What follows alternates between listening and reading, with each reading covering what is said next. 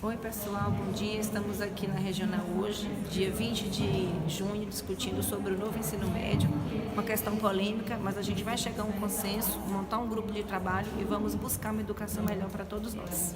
Então vamos lá, vamos começar então. Vocês receberam alguns materiais, ao longo do último mês, tratando em relação, no caso, as sugestões de propostas em relação à reformulação do ensino médio, que nós temos colocada pela Lei 13.415, que veio por meio da medida provisória, a medida provisória 6840. Essa medida provisória ela foi colocada em 2016, numa época altamente conturbada politicamente, onde eu tive a troca, no caso, do governo federal, e nesse momento a gente o governo federal traz mudanças por meio de uma medida provisória, de uma forma muito polêmica, e nós sabemos que qualquer alteração nas políticas educacionais colocadas de forma impositiva, ela gera uma alta rejeição da comunidade escolar. E não foi diferente com a medida provisória que estipulou em relação à reformulação do ensino médio.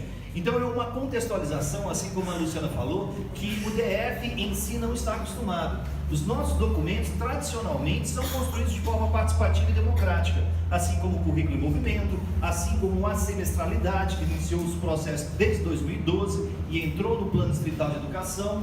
Então são alguns pontos que a gente tem que pensar como a gente quer se organizar no Distrito Federal para desenhar uma proposta pedagógica para o ensino médio.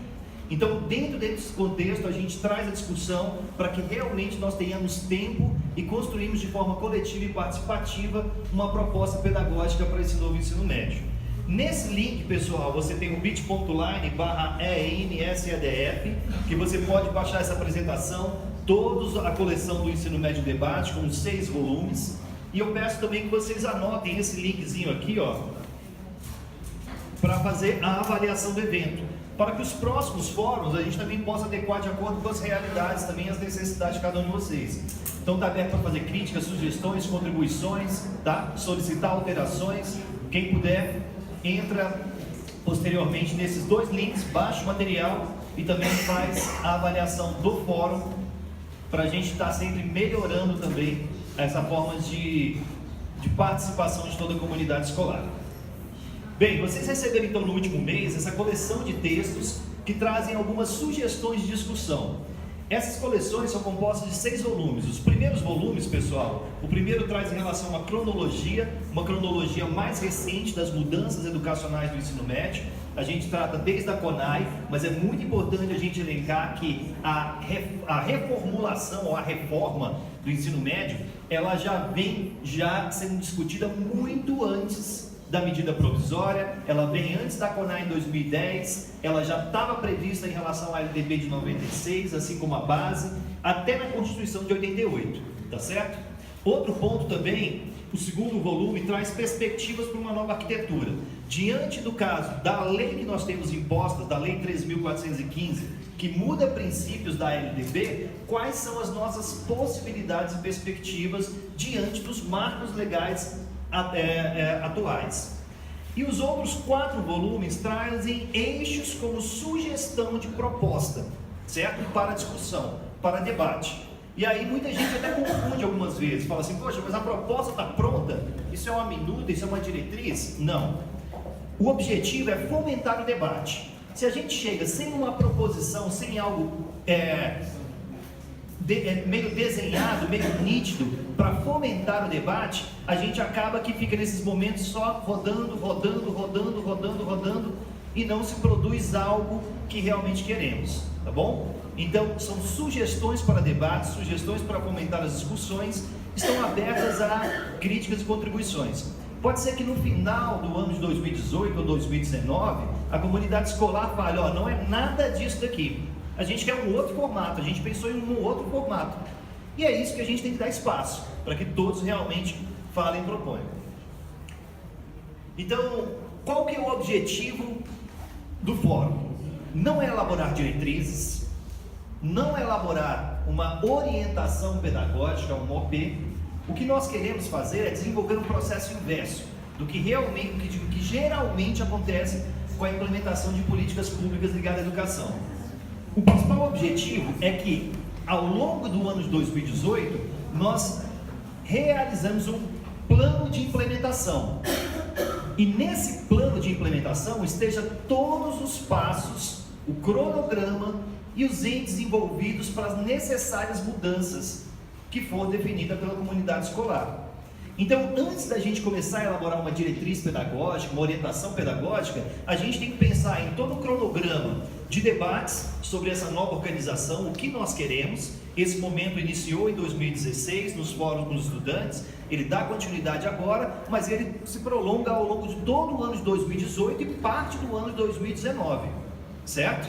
Então, definir esse cronograma de debates, a participação, assim como definir o cronograma para a elaboração coletiva das diretrizes.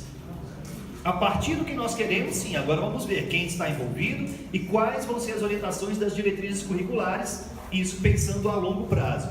Necessidade de revisitar o currículo em movimento e adequar de acordo com as predisposições da base, né? Outro ponto, preparar um plano de formação dos profissionais de educação. É fundamental a gente pensar nisso anteriormente a qualquer implementação de reforma.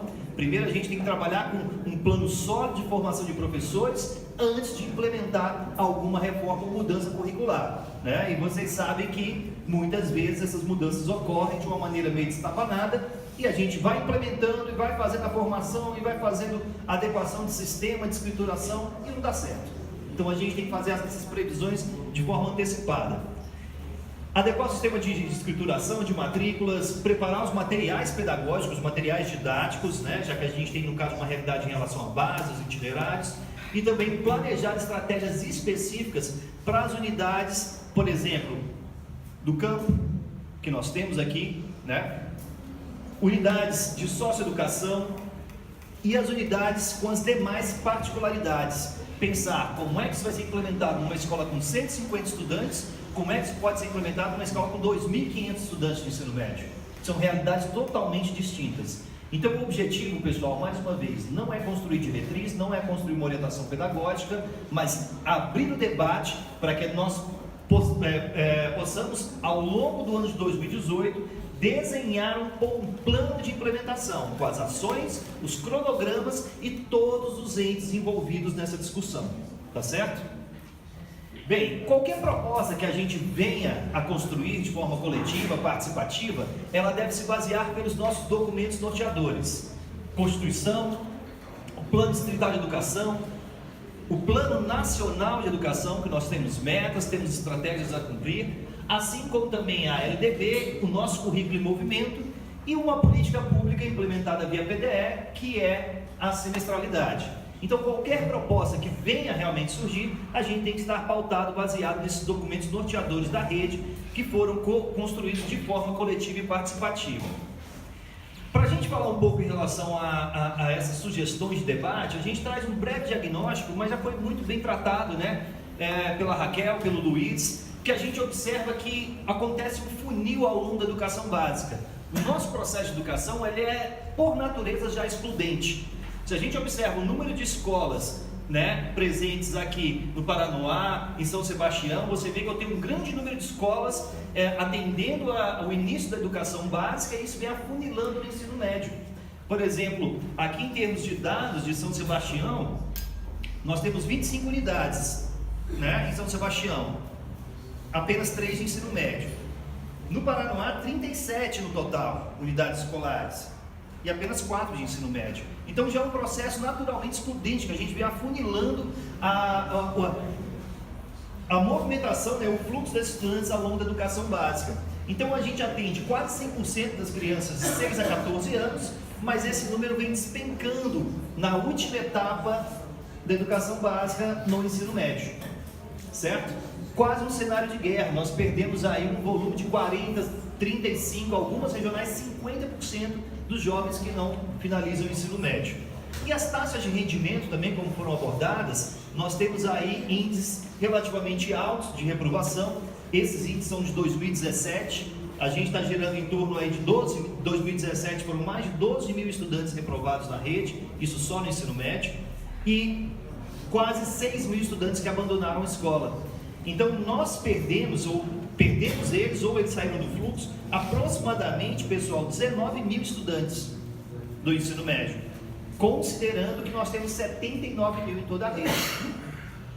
Né? Então, os nossos índices estão relativamente preocupantes e talvez isso não reflita o trabalho que o professor tem em sala de aula, mas muitas questões sociais envolvidas, né, com a questão educacional.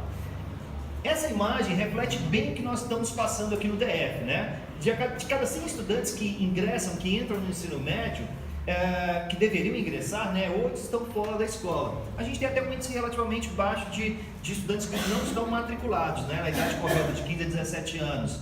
Mas a gente tem um alto índice de reprovação, né, de 100 estudantes, 16 são reprovados, 32 estão em distorção idade série, ou seja, quando ele apresenta 2 anos a mais do fluxo normal, e 8 abandonaram. Então, resumindo, pessoal, esses aqui, ó, seriam os estudantes a cada 100 que completam o ensino médio. Só esse daqui, ó. Tá bom? Então, é um cenário preocupante se a gente considera que o nosso modelo está excluindo mais jovens do que incluindo nessa última etapa da educação básica. Tá, e quais fatores poderiam estar contribuindo para as questões de reprovação, de evasão? É muito comum a gente, como professor, sempre ser culpado e o único culpado desse processo, né? E a gente também tem que tirar um pouco dessa carga e redistribuir essa responsabilidade. A escola tradicionalmente vem agregando, vem inserindo responsabilidades, muitas vezes da família, muitas vezes das questões de segurança, muitas vezes das questões de atendimento especial, não que seja responsabilidade da escola, mas muitas vezes os outros setores colocam essas responsabilidades na escola. É aquele porém, todo mundo entende de educação, né? Todo mundo pode dar palpite em termos de educação, o médico pode dar palpite, a segurança pública pode dar palpite, né? Todo mundo entende, tem uma fórmula mágica para resolver os problemas da educação, mas a gente tem que realmente dividir esse peso. As questões ligadas à situação de risco e vulnerabilidade social são altamente influenciadoras dos nossos índices. As unidades que estão inseridas nessas áreas de vulnerabilidade social são as unidades escolares que apresentam os maiores índices de reprovação e evasão. E a gente não consegue resolver isso somente dentro do muro da escola. E é muito importante que nós, como os professores também, compartilhamos esse peso com os outros setores. Alguns outros fatores também que contribuem para a reprovação e evasão são as questões de distorção e idade série. A gente tem dados também de 35% dos nossos jovens que ingressam no ensino médio já apresentam distorção e idade série. Eles já chegam com 17 anos. E aí, qual que é o fluxo normal? Ele completa 18 e ele vai para onde? Para a EJA. E aí a gente distorce a real função da educação de jovens e adultos. E muitas vezes a EJA ela funciona como uma válvula de escape para o ensino médio. E a gente também está gerando impactos preocupantes na educação de jovens e adultos, deturpando essa modalidade. O nosso conteúdo extremamente inchado, o nosso currículo um pouco distante da realidade, né? O nosso currículo veio agregando competências, habilidades, objetivos de aprendizagem, muitas vezes cobradas no ensino superior, ou o nosso currículo muitas vezes ditado pelos exames externos, pelos vestibulares.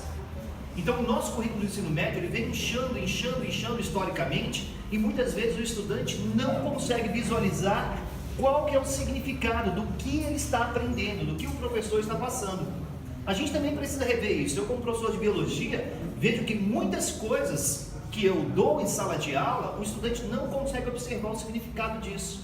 E muitas vezes a única resposta que nós temos é aquele processo. Posso abrir depois? Aí você pode anotar, por favor? Aí muitas vezes a gente tem aquele processo assim, mas é porque eu caio no vestibular, caio no Enem.